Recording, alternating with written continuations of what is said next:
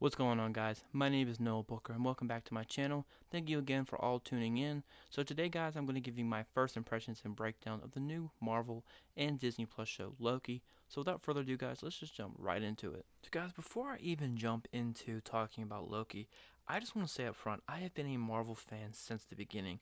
I was there opening night when Iron Man came out, and ever since then, guys, I have been hooked on this series, or I guess now it's a franchise, spanning over 10 years. But I will be honest, after Avengers Endgame, I was kind of like, all right, I'm going to take a break from Marvel. I know a lot of people weren't like that. I kind of, as a super fan as I am, kind of felt bad about it. But guys, I just needed a break, especially after the Infinity War Endgame back-to-back films that came out a year apart. I needed a break from Marvel. But I was ready to jump back in. I was ready to just, be enthralled in this universe again. But if I'm being honest, WandaVision really didn't do it for me. Falcon and Winter Soldier was a step in the right direction, but I have to say, Loki, I think, is taking the cake. This show is fantastic, guys. It's better than the rest of them just in one episode. If I'm being honest, I'm just all over the place about this show. I feel like it's doing a really good job in taking Marvel in a different direction I wasn't really thinking that a Loki show could do, but I'm glad I was mistaken. I'm more than happy to eat my words on this. Loki is good. Loki is very good, and I think a step in the right direction for Marvel. So before I dive into the first episode of Loki, I'm not going to be giving away too many spoilers, but I will be talking about the end of Avengers Endgame and how that ties into Loki. So if you have somehow not seen Avengers Endgame, this is a spoiler warning before we go any further. So guys, with that being said, let's jump right into the first episode and my thoughts. So Loki picks up right where he left off in Avengers Endgame. After he picks up the Tesseract, he is then teleported across the world and is then reprimanded by the TVA. This seems like a new group. I know we've had Shield and Sword. This definitely is a bigger multiverse level group, and I'm excited to see where they take them. I don't know a lot about them, so I'm not even going to act like I do.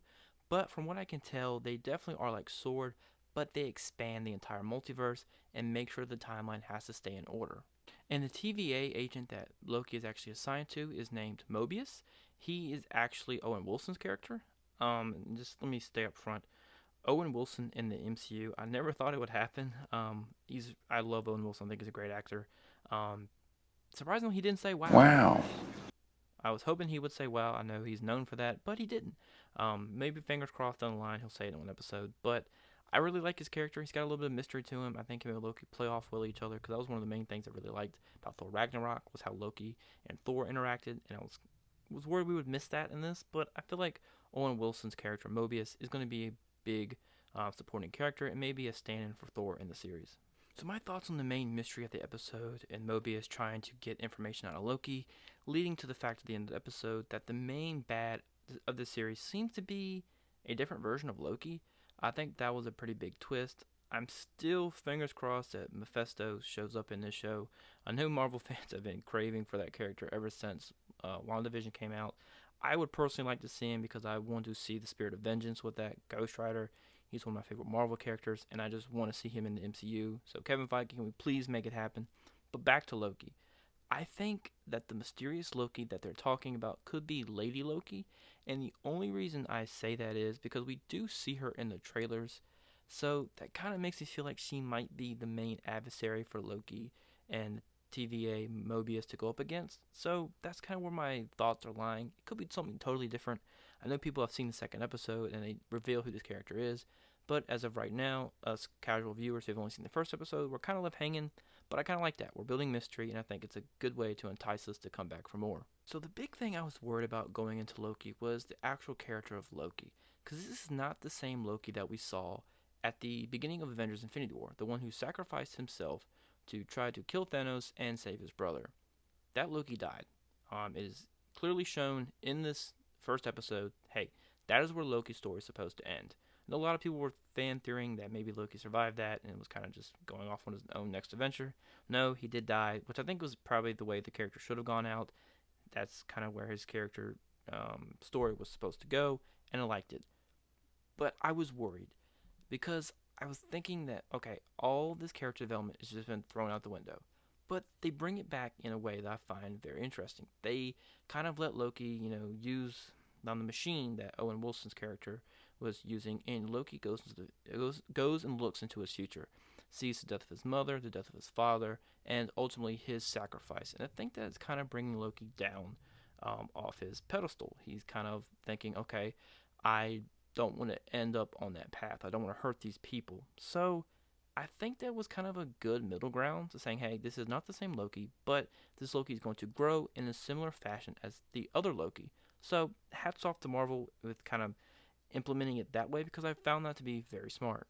So one of the biggest takeaways for this episode, in my opinion, was that the Infinity Stones to the TVA are pretty much just paperweights. They are not the all-powerful entities and objects that Thanos had you believe and was set up in Iron Man all the way through Avengers Endgame or the whole Infinity Saga. They're nothing. That's how powerful the TVA is, and I find that very interesting because I hope, at least in my opinion, we're moving away from the Infinity Stones. The Infinity Saga was great. I loved it, but let's move on. Thanos is behind us. He's been dusted. Tony sacrificed himself. Thanos is gone. Let's move on from that. And I feel like that was a smart kind of, tongue-in-cheek way to say, hey, the Infinity Stones, they're still a part of the universe, but we're moving on. We got bigger and badder things to move on to. So I also like that very much. My biggest lingering question after the first episode was, who are these timekeepers? Who are these all-knowing and all-being creatures? Like, are they like stronger than Ego the Planet or Thanos? Are they even real characters? Are they just kind of a manifestation? Like, what are they? I know we probably won't figure that out because that they want to save them, but I would like to at least see one, or at least know they're even real. Like, there's been rumors that Kang the Conqueror is going to show up in this Loki show, and if he does, I kind of can see him being the big bad in the background, and these timekeepers aren't even real. It's just Kang, but we'll have to wait and see, and hopefully that is fleshed out going forward in the series, because that's my biggest question after episode 1.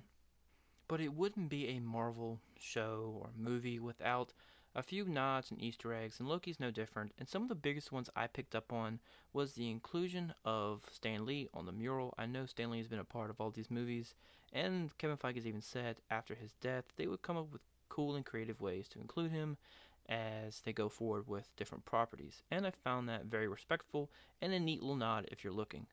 But the more interesting one, in my opinion, is Loki is using the little device and moving throughout the TVA's department.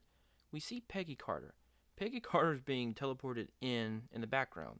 But what does that mean? I know we're getting the What If series and that Peggy might actually end up being the Captain Britain, but what is Peggy doing in TVA? I find that very interesting. Like, is she there because she's trying to go back in time and get Steve? Is she still in the Infinity Stone? Like, what? So I found that pretty interesting and a cool little nod. So maybe they'll run with that. They'll show us something, but if not, still a cool little nod if you're paying attention. But like I said, who knows? With all that being said, guys, those are just my first impressions and some of the breakdown and what I think the show could be going towards. But guys, if you like this type of stuff, please let me know. Leave a like, a comment, subscribe maybe, because I would love to keep making content like this, especially with the rest of the series of Loki, because I am hooked and I would love to do a deep dive for you guys if that's something you're interested in. So please let me know. But guys, without further ado, would you please leave a like, subscribe, and comment? It definitely helps me out, makes me want to do more content, because I really do.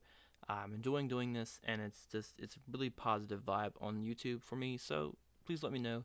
But guys, without further ado, be good people, and I'll see you next time.